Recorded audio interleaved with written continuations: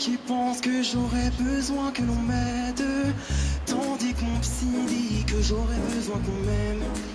Si c'est le temps qui nous ramène face à nous-mêmes, alors c'est pas moi qui résoudrai mes problèmes. Et il m'a dit, tu te prends trop la tête, ouais. Un patriarche qui perd son esprit devient de facto ennemi de la patrie. C'est ce que se refuse aujourd'hui l'Algérie.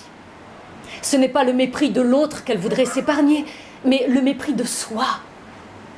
Non pas Bouteflika, mais la mafia. Elle ne voudrait surtout pas se débarrasser de l'homme, mais du syndrome de vieillissement et de pourrissement.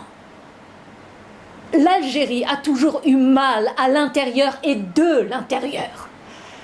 Et ce cancer ne date pas d'hier. Dans les années 60, elle eut à affronter de faux amis. Et dans les années 90, elle dut affronter de faux frères.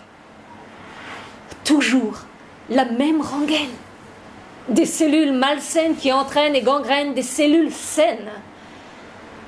Et c'est ce qui agite ce beau, riche et grand pays, qui n'a pas eu jusqu'ici le sort qu'il mérite.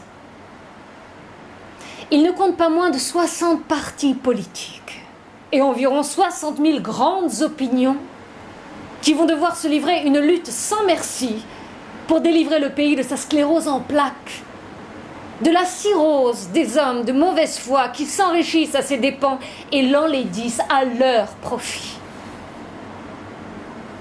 Et quand on dit que tout peut basculer du jour au lendemain, une certaine France prend sa tête à deux mains pour exprimer toute sa peur du changement qui remet en question ses propres arrangements. Elle craint le débordement de la mer, de la Méditerranée. Le statu quo lui convenait. Elle s'accommodait avec le silence des années. Elle voudrait tourner la page, mais non voir tout un pays se retourner ou exprimer sa rage à la face de tous ceux qui l'ont aliéné, abusé ou dépossédé. La jeune Algérie ne va pas régler ses comptes à n'importe qui comme n'importe qui. Elle s'apprête juste à revoir toute sa comptabilité, à commencer par le compte qui porte le nom des pertes et des profits.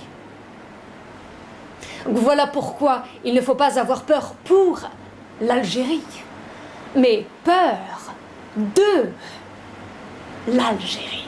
Tu te prends trop la tête. Tu te prends trop la tête, mec.